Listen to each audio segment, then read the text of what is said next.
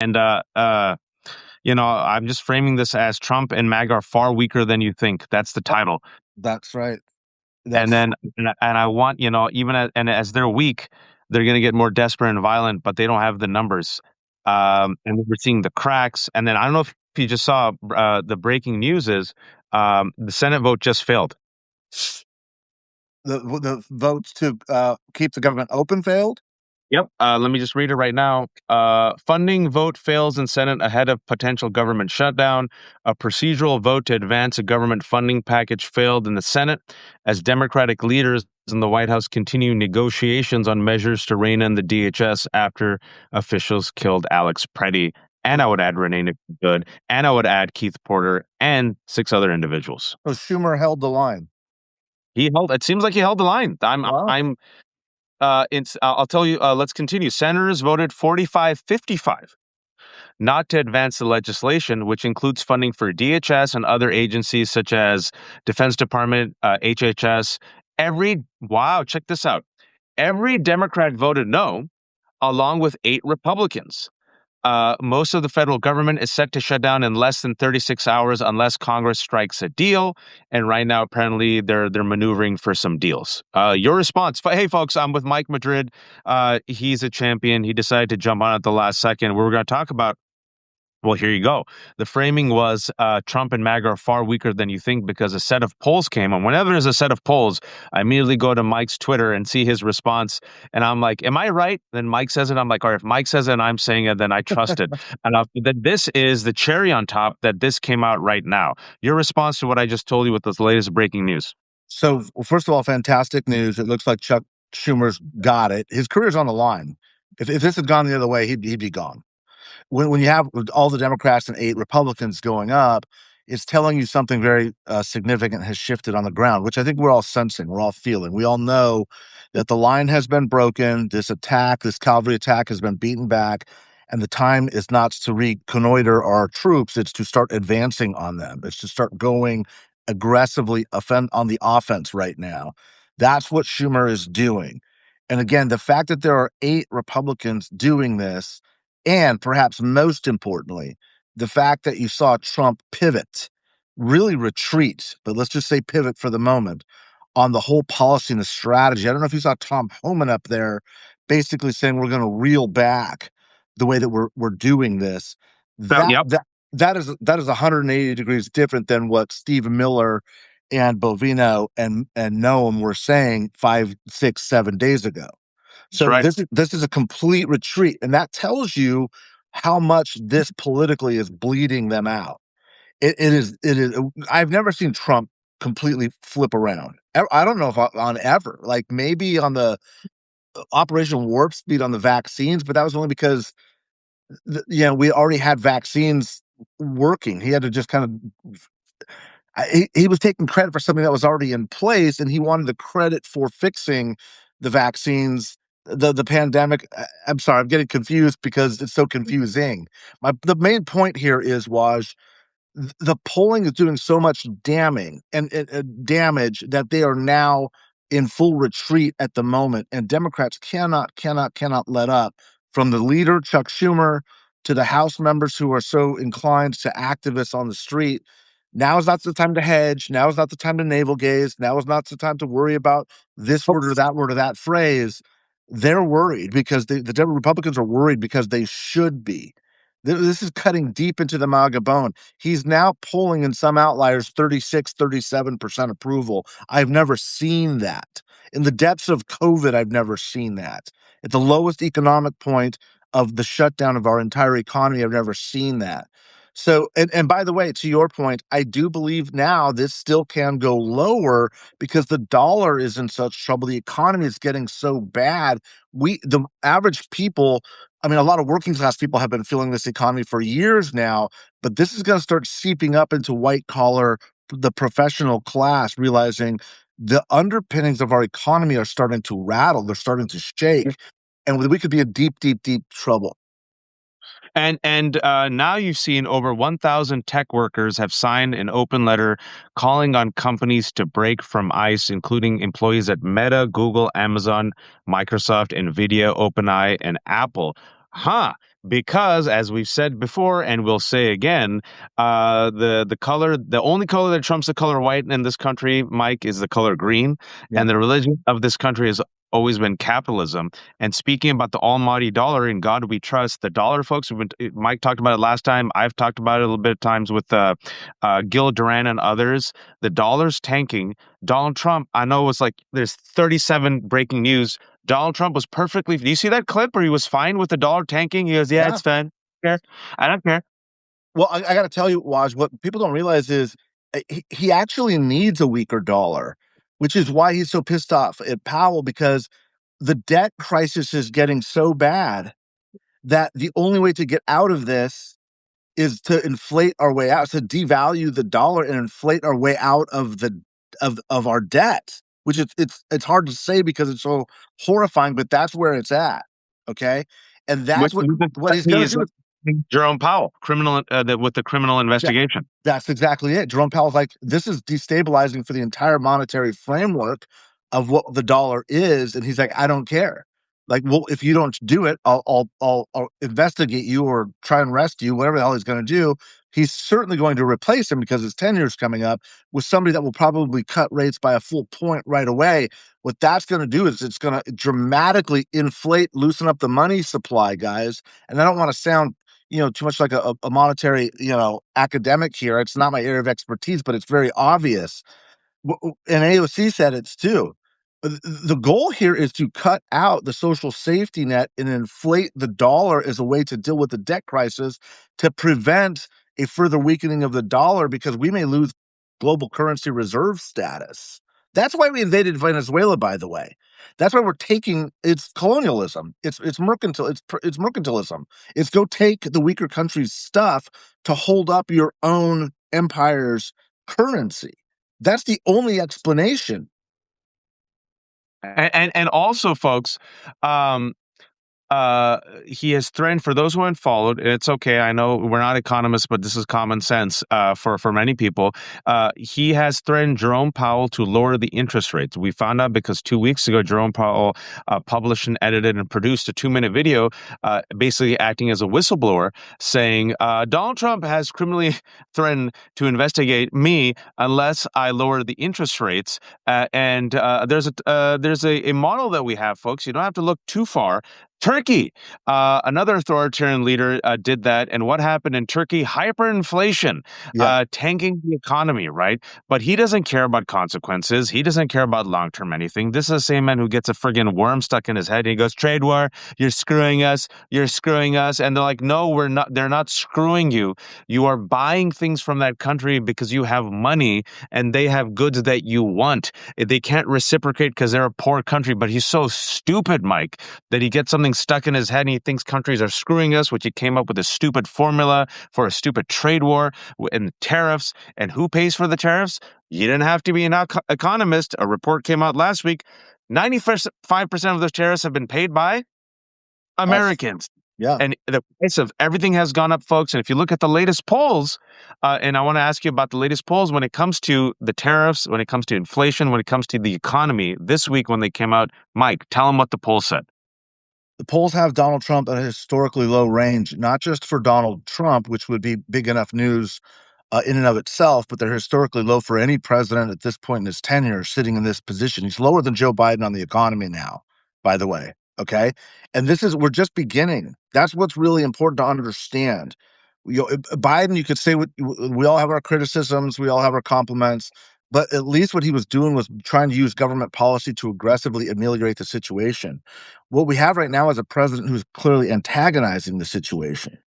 Clearly, demonstrably, like our allies are cutting trade deals around us and without us.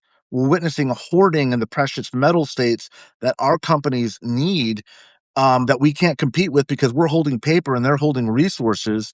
If this resource battle continues, then all expectations are it's going to dramatically increase.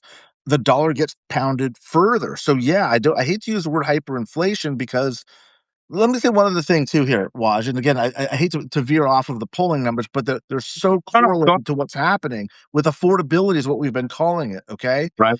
There's only one explanation for a stock market that is exploding and gold and silver prices exploding. Those are supposed to work in opposition. When you have confidence in your stock market, the price of gold and silver as safe havens should be dropping to historic levels when the S&P 500 hit its record level, and vice versa. Okay, if the stock market is doing really, really bad or crashes, the price of gold and silver should go up dramatically. They're both going up. The only real explanation for that is the value of the dollar is resetting. There you go. People aren't getting richer in the stock market.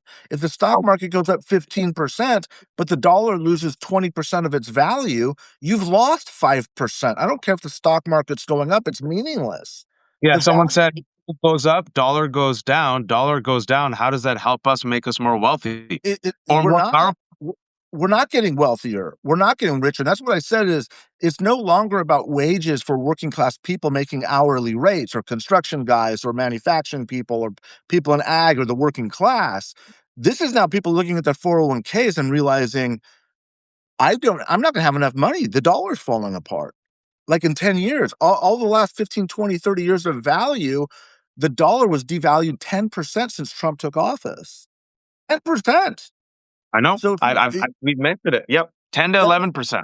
10 to 11%. And so I bring all of that up, not because, again, I'm an economist. I'm saying that what's happening is real people now, it's getting higher and higher and higher at our class levels are realizing there's no full faith and credit in the American economy anymore. Not just internationally, where people are clearly dumping the dollar for gold, but here domestically, people are realizing, wait a second, this whole thing is starting to come apart. You go. And when you lose confidence, you lose the ability as a leader in public opinion to have any issues that drive you forward. What I mean by that is there's not a single policy issue. There's nothing that Trump is doing, not one thing where the public is saying by 50% or more, that's a good thing or I approve of what he's doing. They don't trust him. The consent of the governed is literally starting to erode, and you can't get to 36, 37 unless you've completely wiped out all of your support with independents and start getting into that MAGA bone. That's the only explanation for what's going on. And I'm saying that maybe sounding a little shrill because I've never seen anything like this before. It's self-immolation. It's the self-immolation of America. I had Garrett Graff on, I think, a couple of days ago. It was a fantastic guest who wrote this piece in The Wired. He's saying, and he echoed something I said. I'm like, Garrett, I got to get you on because you're a historian. I think maybe I would have, I said it with you, is that Putin and Xi Jinping, right? China and Russia could not have manufactured a better Manchurian candidate to destroy America than Donald Trump. They didn't even have to do anything. They're just sitting there right now, smoking a cigar, drinking vodka, as Donald Trump is self-immolating not just the Republican Party, but the U.S. economy. Because to your point, Mike, it's not just the economy, it's the reputation of America. We just saw what happened at Davos. I mean, remarkable speeches by our former allies, Carney, openly saying, yeah, the facade of rules-based order is over, and we can't trust America anymore. In the middle countries like us, we'll have to chart our own path. Canada said, okay, we're going to do business with China now. China openly said, all right, your stupid trade wars, fine. We won't buy soy off of your soy farmers. We'll just go to Brazil and Argentina. The rest of the world doesn't trust us anymore. They're not trading intelligence with us anymore. We literally are threatening to blow up NATO, folks. That Greenland thing still hasn't gone away. He backtracked a bit, but he's still interested in it. He already invaded Venezuela. I'm just keeping a track of the stuff that's happened in the past 2 months because people forget. He invaded Venezuela, kidnapped Maduro, stole Venezuelan oil, sold it, folks. And little Marco Rubio, who seemed to be doing some bumps of something yesterday, Mike. I don't know if you saw that. I didn't watch it. You said, well, yeah, he sold the oil and it's right now in an offshore Qatar account. We're like, what? So the rest of the world is moving away from us. They can't trust us.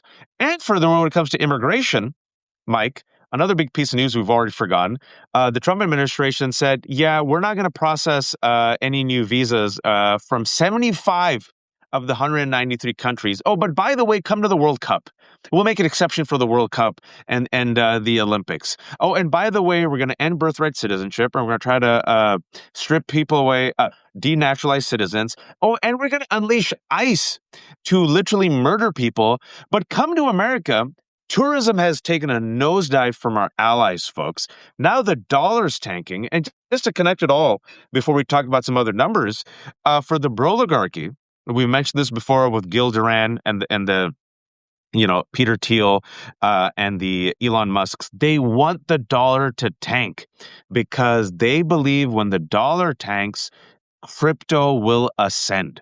And a weakened America allows them, this is their plot, to then implement their techno-fascism. So you got the techno-fascist Elon Musk's, you got the white Christian nationalists, Russell Vought, you got the Stephen Millers with the white nationalists, you got China and Russia just licking, their fingers right now, drooling, Mike. Meanwhile, just came out new jobless numbers an hour ago, higher than expected, Mike. 209,000 people filed for unemployment benefits last week. Further breaking news, hour ago, Amazon just announced another round of 16,000 layoffs months after it laid off 14,000 workers. Amazon CEO Andy Jassy, however, raked in 40 million last year. And Amazon is spending 75 million producing and promoting the Melania documentary. And also UPS a couple of months ago was about 25,000 people. Remember that? You take all this data, Mike. You're not an economist. I'm a simple English major.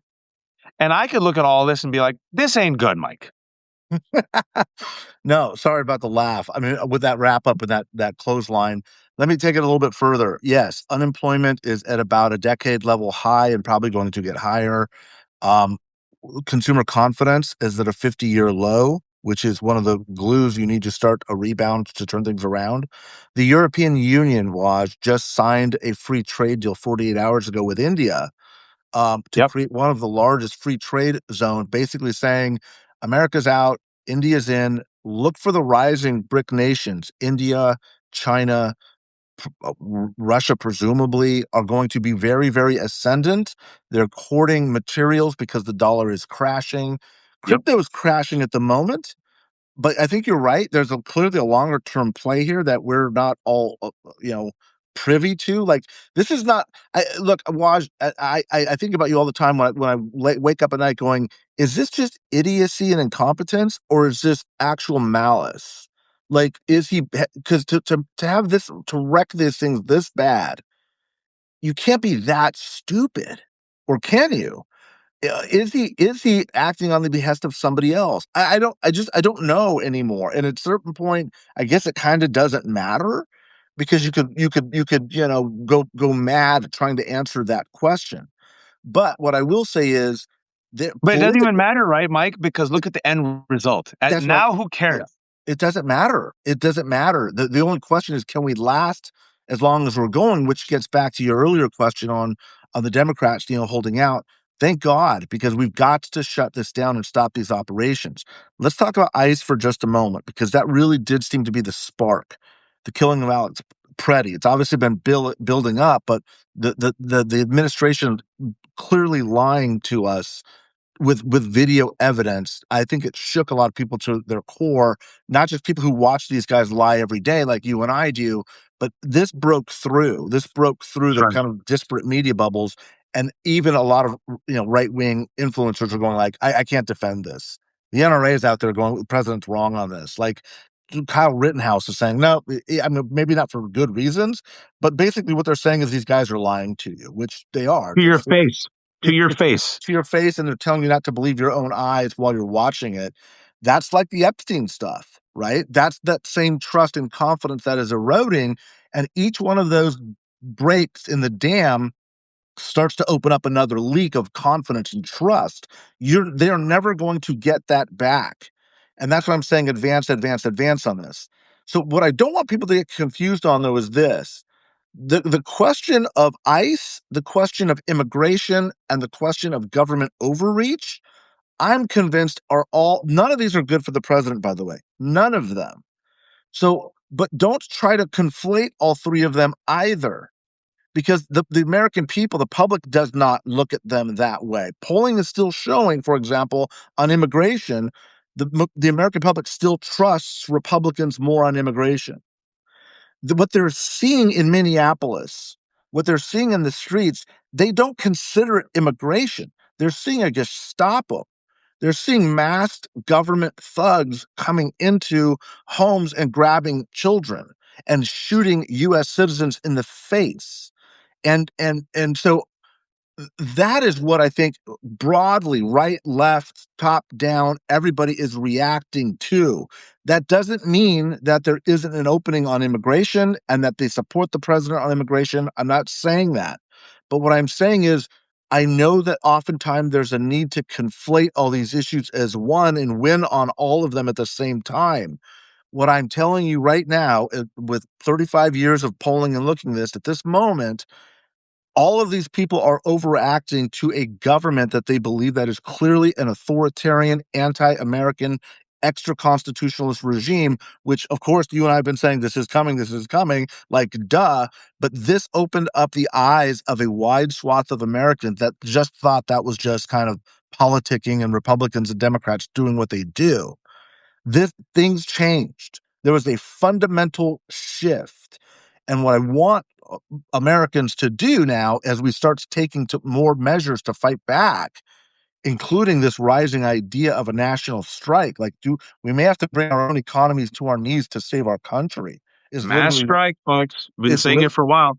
yeah, you're right. That's exactly where it's at. It's like it's a race to see who can destroy the economy first. This guy for his own authoritarian fascist reasons, or us in an attempt to destabilize the regime enough to get somebody to wake the hell up and say we need to make a change and put an adult that actually cares about this country and about the Constitution in charge, or we will forever lose this experiment that we started on a couple centuries ago.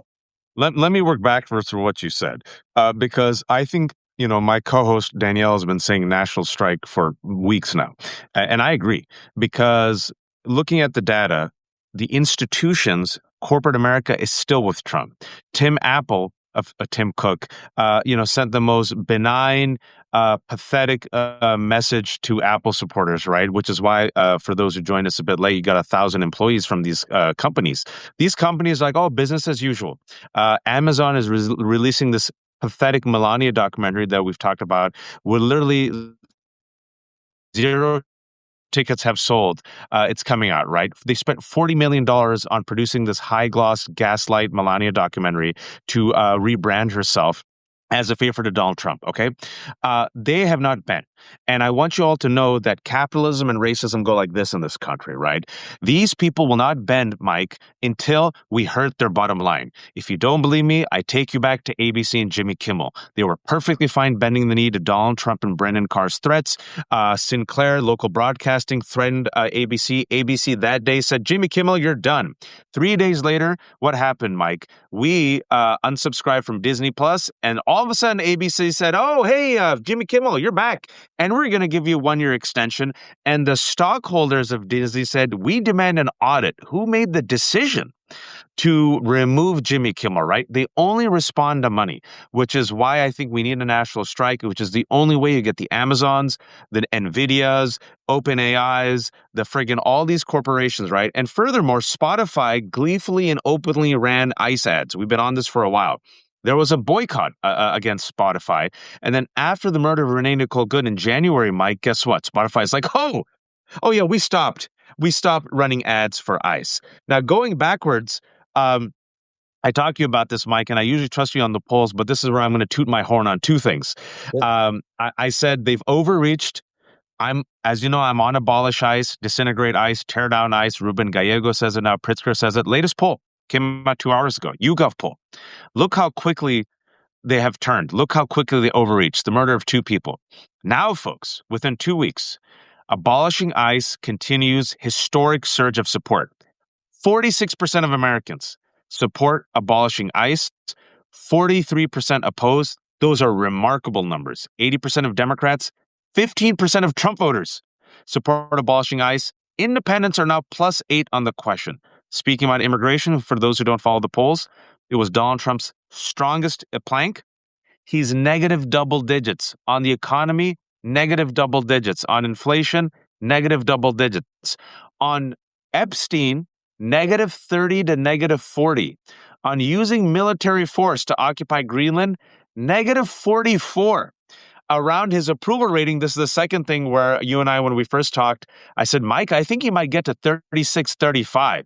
You And did. you're like, I don't know, Waj. I don't know. He's on what, 36 now? Yeah. 37? Yeah. Yep. Yeah. And it's going to get worse. I hate to say it, folks. The economy's going to get worse. Everything's about to get worse, which means he's going to get more desperate, folks. It's a situation that I think, and to finally, to wrap it up and bring it back to Democrats, I want to ask you about this. Well, how do you then reconcile with all these numbers? As you said, Americans still trust Republicans more in immigration and national security. And the reason is, Mike, you've said it twice, I've been saying it, Democrats need to go on offense, smash mouth, tell the American people about immigration reform, tell them your plan, embrace something, do something. Yeah. But they're playing prevent defense still, right? And Mike, what infuriates me is I heard from someone who, this writer, I won't mention him, but he knows someone at Chuck Schumer's office, an aide for Schumer. An aide for Schumer, he said I could share this, is so pissed off at Schumer because he says this inaction is a deliberate strategy. They're seeing the polls, they're seeing the special elections, and the Democratic establishment, Mike, is saying, oh, we can just waltz in. Let's play timid. We got this. Even though the Democratic brand is worse than the Republican brand, like you said, Trump has overreached so extensively. We'll take the House, we'll take the Senate. We don't have to ruffle the feathers on the economy, on billionaires, on ICE, on anything else. So we'll play timid and we'll win. Your response to what you see from the Democratic strategy and what you just heard. Well, first, that advice is exactly right. If you're going to say abolish ICE, if you're going to say defund the police, if you're going to be accused of open borders, the reason why those attacks have been so damaging to Democrats is for what you just said. Democrats have not put out specific plans and alternatives that they could run on. They have lulled themselves into believing that the American public is intuitively going to just naturally see that the Republicans are bad, horrible, people doing bad things. While that is true, there's such a lack of confidence in our institutions that you can't just rely on that. You can't stand for nothing and expect that just because people are voting against somebody that they somehow like you. That, in a nutshell, is what all the polling is saying there's problems on, and it's why I remain concerned about the abolish ICE frame. It works great for people who are passionate and activists and fired up. But unless you're saying this is what, and you brought Ruben Gallego up. Ruben Gallego is messaging this perfectly. What he's saying is this is exactly what we need to do. You can abolish ICE if you want. You can change its name. You can do whatever the hell you want to. But let me tell you what I'm for and what Democrats need to be for. It's these five elements. Just saying abolish ICE could be a disaster because it's the same situation as we saw during the George Floyd murders when everyone's like, defund the police. And everyone's like, yeah, let's defund the police. It ends up, and this isn't Mike Madrid saying this was Jim Clyburn saying this. That whole frame is in large part what brought Democratic numbers so low, and there aren't a whole lot of data points to say that that's why it's recovered. So the main message here, Waj, is you can't just be against things. You have to stand for things Or to something. build a coalition. That's my only concern. I'm not. If you want to abolish ICE, go for it. But you damn well better have a good plan to say, here's what we're going to do, because you can't just get rid of it and say, we're not going to take care of immigration, the immigration problem, because Americans do still believe that this is a problem that needs to be addressed, and it is. Half the Democratic caucus will say that because it is. There's nothing racist about saying that, but there's a humane way to manage this entire A process, humane way. and that's what Gallegos is saying, and that's why I think his messaging is spot on. So So this is. that Oh, sorry. Go ahead. I didn't mean to cut you off. Continue. well, what I was going to say is that's the main concern I have at this moment. Is too often I will see Democrats snatch defeat from the jaws of victory, because right now is the time to focus on the weaknesses of these guys. When the enemy is in full-fledged retreat, don't stop and pick up your stuff.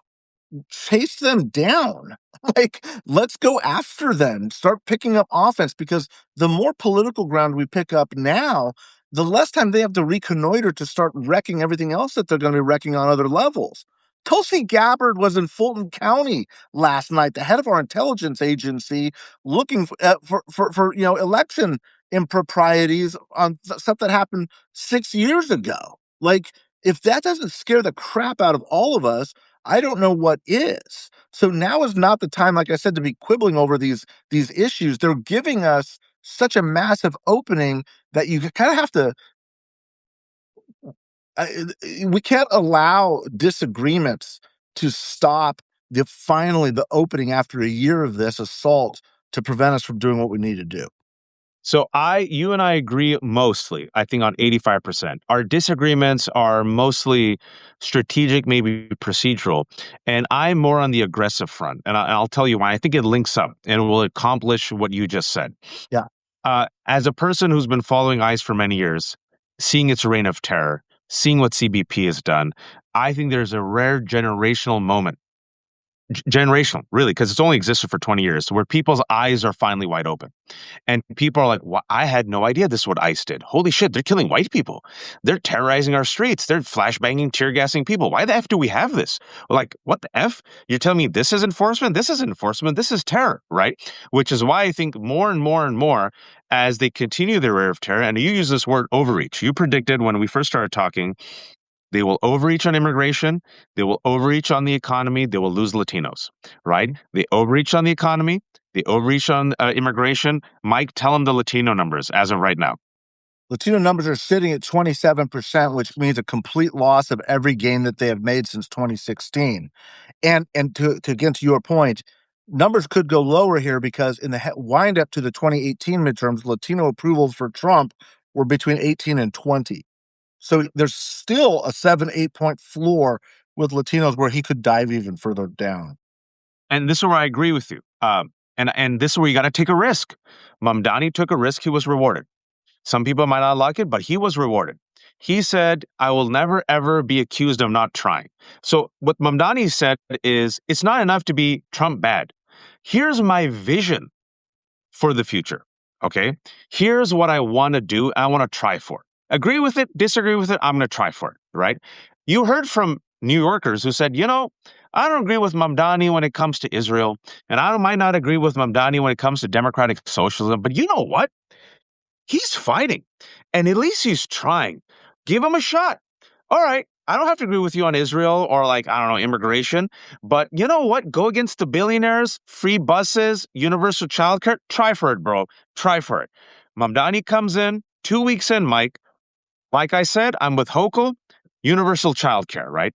I've always given Republicans Mike, this applause, right?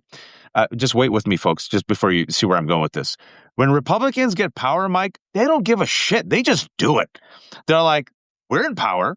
We don't care if you like it or not. We're going to go do this. I'll even give Trump credit for this. I'm going to unleash the National Guard and ICE. I'm not giving him credit for that. He did it. Stop me. I'm going to go invade Venezuela. What you going to do? I'm going to threaten Greenland. I'm going to do a trade war. I'm going to, make RFK Jr. my health and human secretary ahead, and we're just going to go after vaccines. What are you going to do? You need Democrats to go on offense, not just against Trump, but, Mike, when it comes to immigration, isn't this a generational moment to actually articulate something, a humane, smart immigration policy, right?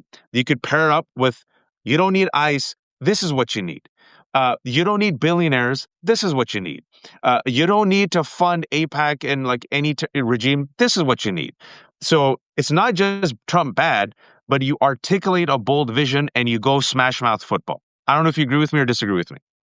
No, I think we're saying the exact same things. But let me say this: the reason why Mamdani won was he was articulating specifics. He wasn't just saying Eric Adams is bad and let's vote against Trump. He literally had an economic plan.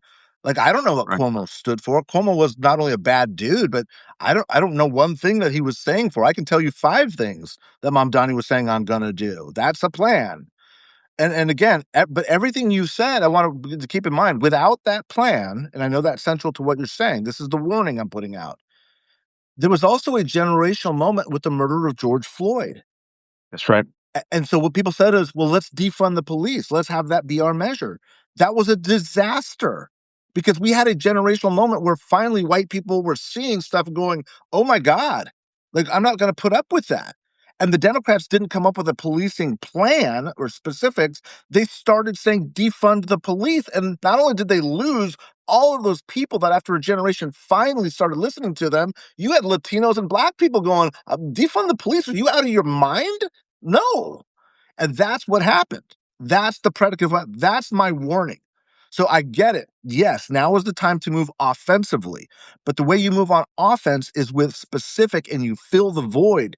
You don't just yell louder into the abyss just because the Republicans are doing it. And what I will say is this, I do disagree with you. I don't think that the Republicans, because they're not serious about governing, because they don't have plans on anything, they're left de facto to put these cartoon characters in place to move forward with a WWF agenda. That's very different. They're not selling, the Republicans aren't selling anything proactively. What they're doing is they're winning races by running against Democrats. That's what they're doing. Democrats cannot take the bait and do the same thing because at best, what happens is you win an election like 2018, which is Pyrrhic, and you may win a historic election like 2018, but 2 years later, you end up losing with your own base constituency because you don't have a plan and you're not doing anything. And then 2 years I know later, that, I agree with well, you. And yeah, my concern is, Mike, and I've said this before, they feel they can waltz in. Trump will overreach. He will be unpopular. They're seeing the Cubans go for the Democrat. We've talked about this in Miami. They've seen the yeah, special election in Georgia. They saw the double-digit victory, and they're like, "Oh, we don't need to articulate a progressive, forward-thinking plan. We don't need to really fight. We can prevent defense." And I feel like they've already spiked the ball. And I think that's very dangerous. it They're is. taking they're taking their base for granted that didn't show up for them because their base said, "I don't trust you." Their base said, "You don't listen to us." In 2024, that's what happened. 18 million Democrats stayed at home, folks. 18 million Democrats stayed at home. Kamala lost by 1.5 points. The Democratic establishment said, and they're still saying this right now, Mike, who are you going to vote for? Us or Orange Guy? Shut up. Vote for us. And in 2024, what happened, Mike? People said, nah. And my fear is they're missing the moment. They're missing the anger. They're missing the rage. They're missing the independence. They're not leading. And they think, oh, business as usual, Mike. We'll just restore the same institutions. Everything will be fine. And my fear is if that goes according to plan, and if we have free and fair elections, you'll get a Gavin Newsom who play business as usual, Mike. But then in 2032, we will get our first Nazi America first president. That is my fear. That's right. That's right. No, that's right. That's exactly the way to look at it. You have to fill the void with policy, with a vision. In politics, it's not enough to just be against things. You have to stand for something. And if you don't stand for something, you're just playing this nihilistic, cynical game where you're just throwing spitballs at each other, and whoever is the worst at any given moment will win that election. That's kind of what we've been doing. So I 110% agree with you. That's exactly right. And I'll say this, why I'm so confident about abolish ICE, but also replace it with something, is ICE doesn't have the same romanticized, or not just even romanticized, Mike, but the same presence as police officers. Like we have family members who are police officers, right? You have community members as police officers. It's been around forever. CBS has cop shows. There's movies. There's Dirty Harry, right? So for a lot of people, and I know progressives don't like this. I understood what defend the police meant. I had to spend a lot of time explaining what defend the police meant to people. And when you have to spend a lot of time explaining what defend the police, meant to people, I'm talking about people who are like Democrats. I'm like, oh shit, they lost on this. Yeah. Because people are like, hey man, I get it. We need reform with the police, but defund the police completely? We need the police. I'm like, oh shit, they lost on this one, right? But abolish ICE. ICE is seen as now a terrorist organization, an occupying force filled with white nationalists that's only been around for 20 years. And people are like, this isn't the border. These people are terrorizing us. I do think they can win. on abolish ICE. But I will say something, folks. In this, I have no faith in the Democrats because, Mike, you've been in this game for a while. I've been in this game for a while. Courage. It takes courage to articulate a bold, humane immigration plan. And what have they done? They've punted it our entire life, and they've said, Inshallah. And they kept saying, you know what? Next time.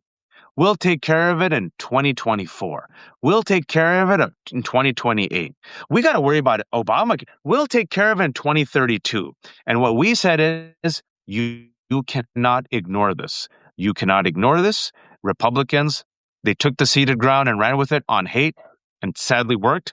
You can't ignore this. You can't ignore the income inequality anymore. You can't ignore the billionaires. You can't ignore affordability. You can't afford homelessness. You can't ignore immigration reform. All this is tied, folks. And if you don't believe me, look at what's happening right now. Mike, I'll let you go. Shamelessly promote yourself, sir. Yeah, follow me on The Great Transformation here on Substack, now appearing on YouTube at Madrid Mike, where I'm putting out about 4 or 5 essays a week on everything from the No, monetary that's great. crisis we talked about. Yeah, so just started that. So baby steps here. Could use your advice on that, but it's going really well. A lot of response. But also, Waj, I mean, let's talk. There's going to be a lot of all of the polling outfits now are going to start putting out information more regular as we head into the midterms. So maybe we can structure a little bit, give your viewers and you a little bit more of insight from a nerd like me that reads this stuff from sun up to sundown to look for the trends, look for the numbers, look for baselines, and make some predictions as we start getting closer to the midterms. Yeah, let's do that. And I'm on YouTube as well, folks.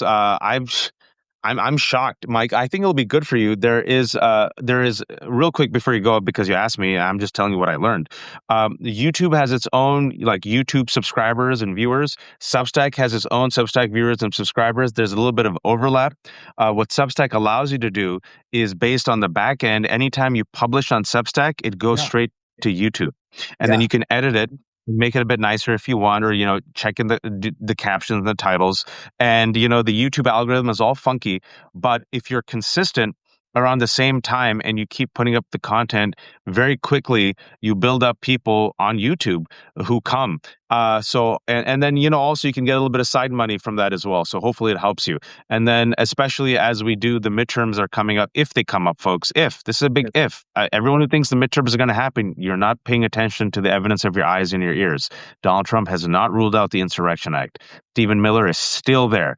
Tom Homan is a slightly less Nazi version than Bovino. Noam is still there. Just putting it out there.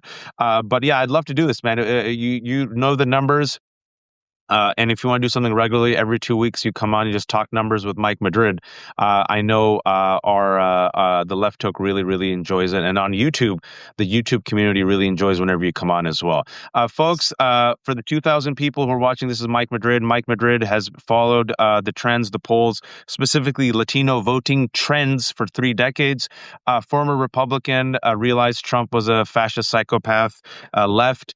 Co-founder of the Lincoln Project, data nerd, comes on every 2 weeks or so with the Left Hook. Every time major polls drop, I go look immediately at Mike, and Mike says, "Look at the Latino numbers," and he's been spot on. He called it. He said, "Just wait, watch." Said it 6 months ago. Trump will overreach on the economy and immigration, and these Latinos will go back to 2016 numbers. And now you're saying they're going back to the midterm 2018 numbers. Yes. Yeah, which you're talking about now. Remember, there's a 40-seat loss. This is wave numbers. At least at this moment, guys, the blue wave is likely to be bigger than most of the professional pundits you're hearing are saying. Look, nobody was predicting the turnout numbers in the break in New Jersey, Virginia, California, Miami, the way we saw it. Nobody's polling was showing that because they were undercounting Democratic enthusiasm. So keep that in mind. We're not looking at a traditional Democrat +9 environment. We could be Democrat +15. And that's an enormous, that puts the Senate in play. And that's when things get, that's the other thing we need to mention. I'll say this as I jump off here, Waj. Yeah. The best way to defend against this, because if we have midterms, and I think that is a real thing, that what you're saying is a real thing. It is a concern. When Tulsi Gabbard is in Fulton County last night, they are laying the groundwork to start undermining elections. There's no other reason that you have the head of national intelligence in a county office looking at ballots, guys. There's no other reason. Okay. Or Pam Bondi openly saying quid pro quo. You want ICE out of Yes. Minnesota? Give us your Give voter your voter rolls. files. That's exactly right. So this is very nefarious. This is very dangerous. We're in a very, very delicate, sensitive moment. When you start to see a dramatic pushback, like you're seeing on the streets of Minneapolis and other cities, when you're starting to see these No Kings rallies get bigger every time they're held, if you start to win elections by bigger numbers than they can lie about, right? They can steal 1 or 2 points. You can't steal 15 points without the public just blowing up. That's what we need to do. We need to start winning by very, very big numbers. And what I'm suggesting is the fundamentals are there to swell to a very, very significant blue wave at this point in time. I completely agree. And the last thing I'll say as I let you go is someone is saying, Mombeka was on right now. It says, man, Waj is amazing. Mike is amazing. Thank you. You have great taste. But if we have Insurrection Act, it's over. It's not over because we have the numbers. We have the That's right. numbers and you have to plan. And finally yesterday, Adam Schiff, it was revealed in Axios, is saying, you know what? I think we should take it seriously that we might not have elections. Finally. So which I give credit where credit's due. I'm like, finally, well done, Democrats. Plan for this man who already incited a violent insurrection to not leave and to potentially implement the Insurrection Act to kill the votes. You have to message, you have to lead, you have to fight, smash mouth football on offense, blitz on defense. This is the way you got to go, folks. Don't listen to me. Listen to Mike. He's been doing it for 3 decades. Thank you, Mike. You stayed Love you, longer than, Watch. but take off. Take care. And I'll finish this up on my end. For the Thanks for having me. 2,100 people watching, yeah, take care, man. This is Mike Madrid. Mike has a fantastic Substack called The Great Transformation. He's also on YouTube. And folks, I'll publish this in a fantastic conversation I had about an hour ago with 2 community organizers in Minnesota, talking about how they are literally resisting ISIS occupation, ISIS reign on terror. I'm a little bit more aggressive and bold than Mike when it comes on abolishing ICE. I see why. He's saying, I don't know, man, defund the police, but I think it's different. Police, like I said, is an institution. We have family members, community members in the police. We've celebrated the police, gaslit a large part of privileged white America that the police are always good, Dirty Harry and cop shows. ICE is only 20 years old, and ICE is not doing immigration enforcement, and ICE is not going after terrorists. ICE are a bunch of portly white supremacists cosplaying crusader masked thugs who are barely trained, openly terrorizing white folks in Minneapolis and now in Maine, and they've killed 2 white people. I think abolish ICE, smash mouth football, smash mouth football. And I know people thought I was crazy and wrong. I'll give you one example. Gaza. Only the lefties care about Gaza. Only progressives care about Gaza. Only you liberals care about Gaza. This is how Democrats talked about their own base, by the way. Like liberal is like a bad word. You never see Republicans saying, you conservatives, you MAGA. You've never seen a Republican elected official run away from the term right wing and conservative as you see Democrats run away from the term liberal and progressive. Just something to think about. Just pay attention. They said it's all you liberals and you lefties. It's you Arabs and you Muslims. They're like, no, no, no. You're missing the moment. This is a genocide in real time. I know the polls. I know APAC. I know, yes. 45 years old. I've seen it. This is a generational moment. You're missing it. This is something different. And they said in 2024, shut up. Shut your mouth. You're wrong. We're right. We believe we're so right. And we're so willing to fund the genocide. And we're so willing to do business as usual that we're not even going to have a Palestinian speaker at the DNC. And we're still going to win. And what did we say? We said, please, we want you to win. Listen to us. We want you to win. Have a Palestinian speaker next to the Jewish speaker. This is the least you can do, or you're going to lose your own base. And they said, nope, corporate consultants, money, donors, polls, we got it. You're wrong. We're right. You're not going to vote for Trump. You're going to vote for us. We said, you're missing the moment. This is something different. People have been radicalized in real time, seeing a genocide on their phone. It isn't just the Muslims and the Arabs and the Palestinians. Your own base is against it. And they said, shut up. And and what happened? 18 million people decided not to vote. 18 million Democrats. Kamala lost by 1.5 points. YouGov poll came out. What's the number one reason why those Democrats stayed at home? Gaza. And it's not to say that Gaza itself would have lifted her to victory, but instead of losing by 1.4, 1.5 points, she would have lost by 1. What's worse is it radicalized Democrats against the Democratic Party. They just don't trust it anymore. This is why I'm saying this is a generational moment. People are sick and tired about ICE. Forget the polls, forget the past. Not the past is not, people can be, Jason and I, Dr. Jason Johnson and I don't disagree with him. I said persuade. He says, I don't like the word persuade. I say reprioritize. You can reprioritize. People change. I'm old enough to remember Obama ran first time, right? 2008. Democrats didn't accept gay marriage. They didn't. Marriage is between a man and a woman, but you like you gays. 4 years later, what happened? Gay marriage. All right. People change. Times change. People get radicalized in real time. It happens. It's literally happening right now with ICE, where in 3 weeks after the murder of Renee Nicole Good and Alex Preddy, the latest YouGov poll has a majority of Americans, for a plurality of Americans, 46 to 43, say abolish ICE. Plus 8 independents, you even have 15% of Republicans. Now imagine if you prioritized it and messaged it, and leadership said, this is not what we voted for. ICE was supposed to do this. It has become a thug-like terrorist organization. We need to abolish it, defund it, and replace it with something else. From 46, you'll get to 50 plus.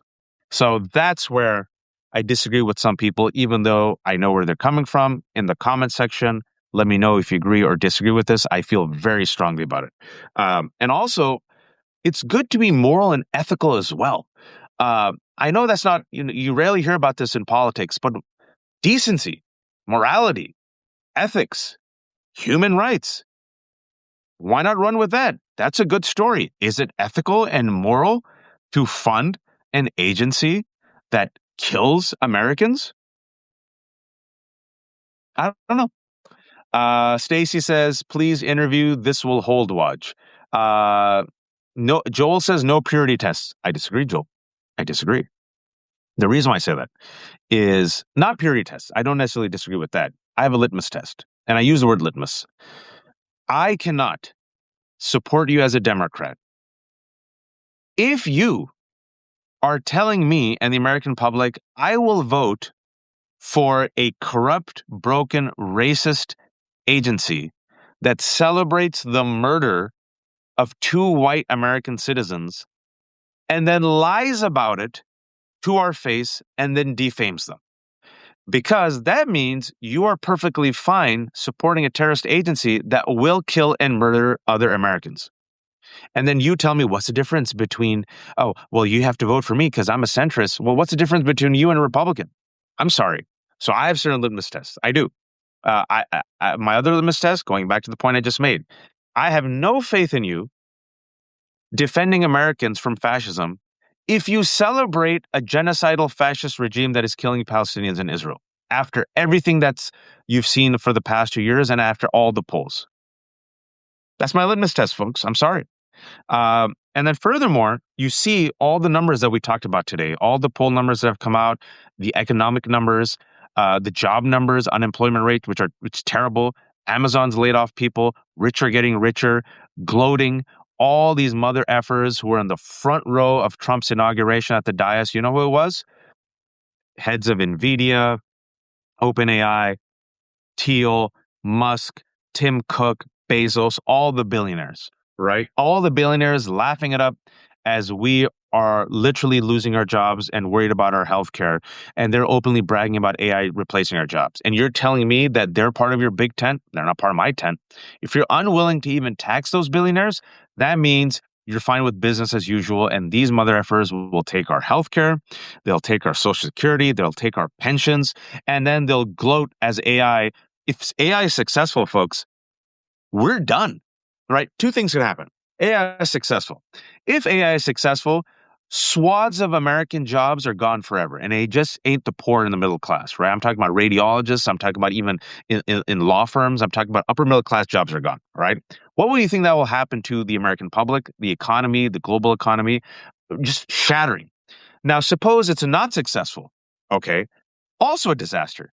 They overpitched it, over inflated it, over invested in it. That bubble's going to burst. That bubble's also connected to crypto. That reminds me of, I don't know, 2008, the economic crisis, but dumber. And what were we told in 2008? Too big to fail. Same things. That's my prediction. Same thing's going to happen. If it fails, if it bursts, when I think it will, they're going to say, guys, we need this. I mean, look, so much of the government, public sector and private sector now runs on AI and depends on these institutions and crypto. Too big to fail. So that's my take, folks. That's my take. Blitzkrieg moment. And I give you 2004, 2024. Just go back last year. Shut up. Don't talk about Gaza. Business as usual. Look at the polls. Misreading the moment. It's a radicalized generation, Gaza generation. Misreading the moment. You have radicalized people against ICE. Misreading the moment. You have radicalized people against billionaires. And Democrats and the institutions are going to misread the moment unless we push them. And some good news is, because of us pushing them right now, funding vote fails in Senate ahead of potential government shutdown. Democrats are continuing to negotiate with the White House. They saw the rage of the 7 House Democrats who caved last week. And right now, senators voted 45 to 55 not to advance the legislation.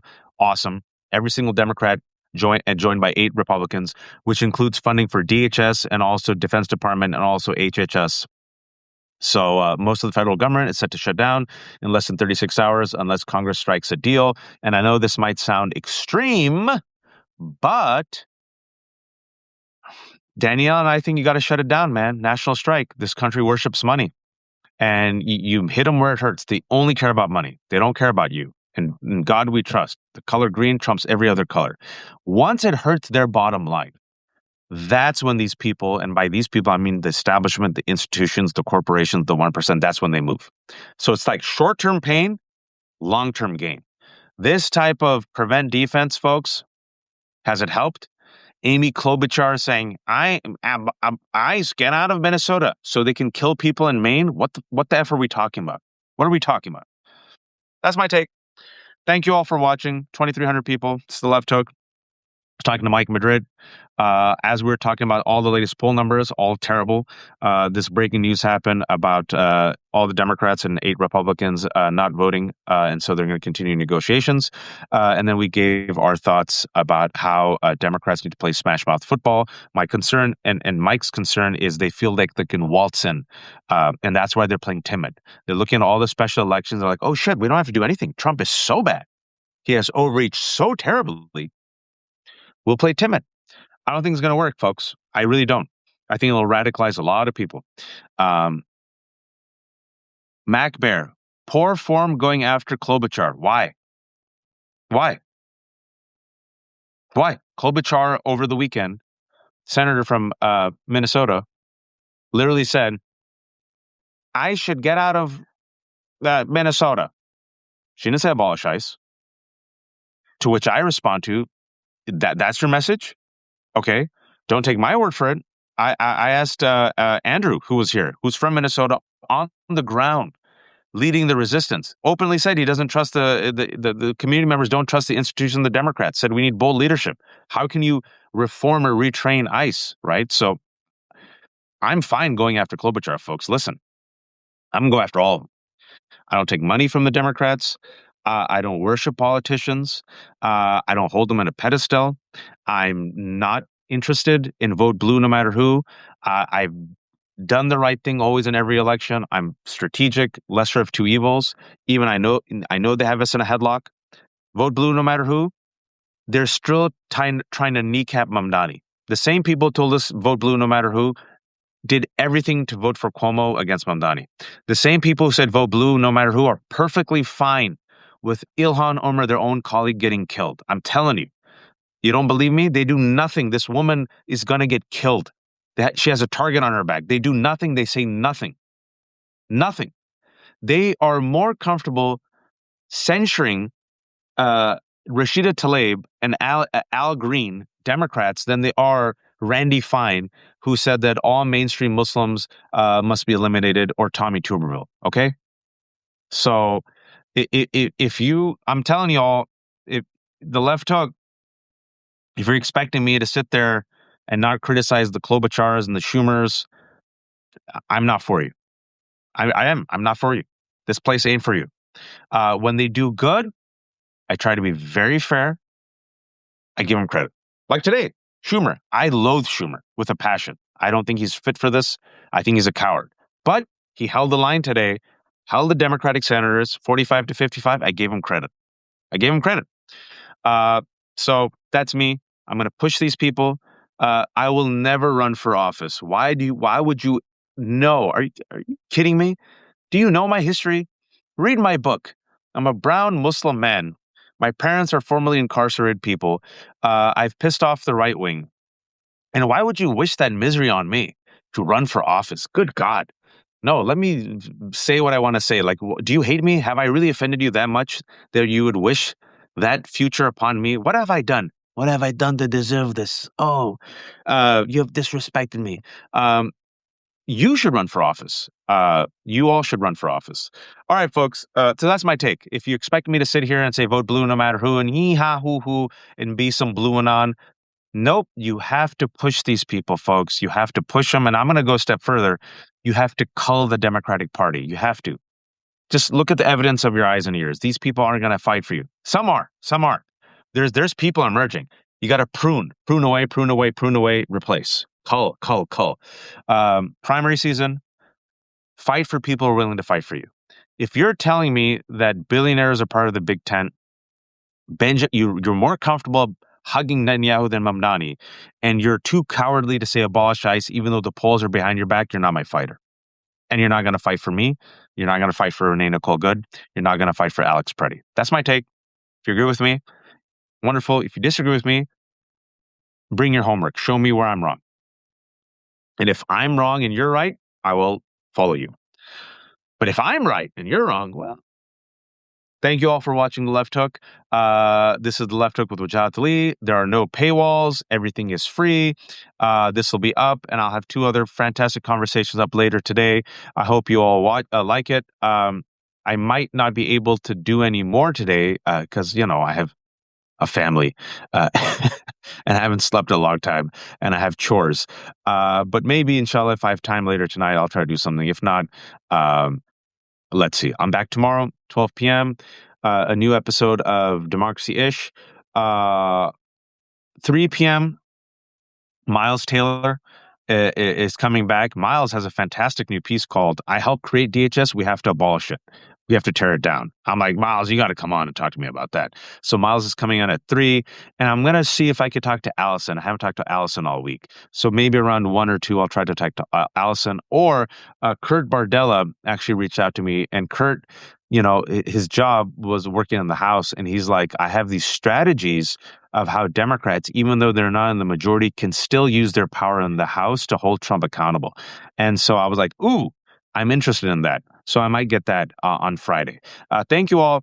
Mombeka, I wasn't trying to call it. Thank you for the kind words. I'm not trying to call out anyone. I just see these, comments, and I try my best to respond to all of you. As in a hopefully a civil way, even in our disagreements, or you might actually agree with me and I might actually agree with you. So I'm just, responding to all of you guys. Thank you all. Take care of yourself. Be kind. Be informed. Please, oh, please don't be a fascist. Forgive me that I have to do this. I have a 25% special off for 2 more days. It's my January special.